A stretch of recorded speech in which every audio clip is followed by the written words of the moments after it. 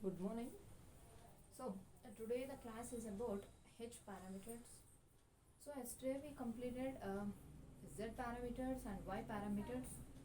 So we have four parameters in the section half of the part of the unit 1. So yesterday we completed the two parameters, that is Z and Y parameters. Now today the class is about H parameters. Okay. What are the H parameters means? For example, compare all the parameters like Z. In Z, we calculated the voltage, okay, by open circuiting the terminals. For Y parameters, we calculated the current by making the short circuit. But here, what happens to the H parameters means, if you consider a network of a two-port system, okay, with the V1 and I1 as input voltage and input current, and V2 and I2 as a output voltage and the output current.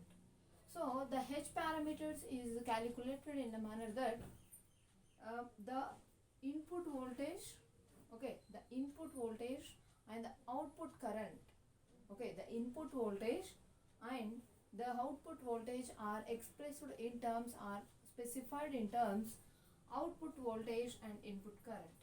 So the current and the voltage are related, okay. The current and the voltage are related to each other. Means here we are calculating the output voltage, okay, sorry, the input voltage and the output current in terms of the input current and the output voltage. Now for the V1 I am writing V1 is equal to H11 I1 plus H12 V2. Then I2 is equal to H21 I1 plus H22 V2. Okay, now make the short circuit for a output voltage. Make the short circuit for the output voltage V2.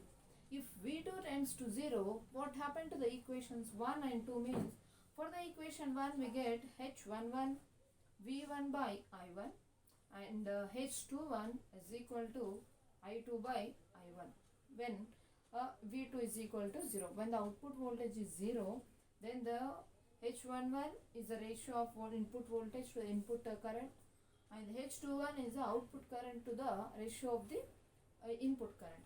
So these two are known as short circuit input impedance and short circuit forward current again.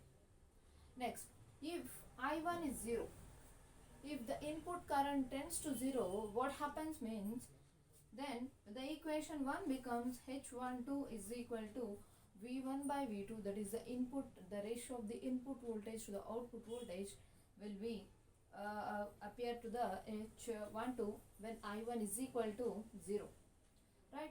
So this is known as open circuit reverse voltage gain. This is the current gain and this is the voltage gain. I2 by I1 indicates current gain and V1 by V2 indicates, okay, voltage gain. Now if I1 is 0, then the second equation will tends to H22 is equal to I2 by V2, okay, if I1 is equal to 0. Then it is known as open circuit output impedance. Open circuit output impedance. So this is the explanation of the H parameters. So if you calculate, if you solve a problem depending upon the H parameters, then we'll get that, what we'll get means, same as it is, we have to calculate the sum of Z parameters. So from that Z parameters equations, we can derive the H parameter equation. Okay, H11 and H12, H21 and H22 are related to the Z parameters in such a way that H11 is equal to determinant of Z by Z22 and H12 is equal to and Z12 by Z22, then H21 is equal to Z21 by Z22, then H22 is equal to 1 by Z22. So in this way the Z parameters are related towards the H parameters. Okay, so copy the same problem what we seen in the Z parameters. So we find that the Z parameters are 6, 4, 4, 10 for a given problem. Then by comparing with the H parameters, what is the H11 is equal to Determinant of z by z2. Determinant there, the determinant is 44 divided 4 by 4, which results 11. Then h12, z12 is nothing but 4 by 10 nothing but 0.4. Then h21 is equal to minus 4 by 10, which results minus 0.4, and h22 is equal to 1 by 10, that is 0.1.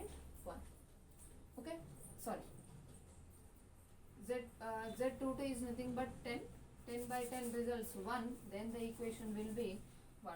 So by writing h parameters in a matrix form, 11 is the h11, 0.4 is the h12, and minus 0.4 is the h21, and 1 is the h22. So this is a method of calculating h parameters by using the z parameter theory. Okay, thank you.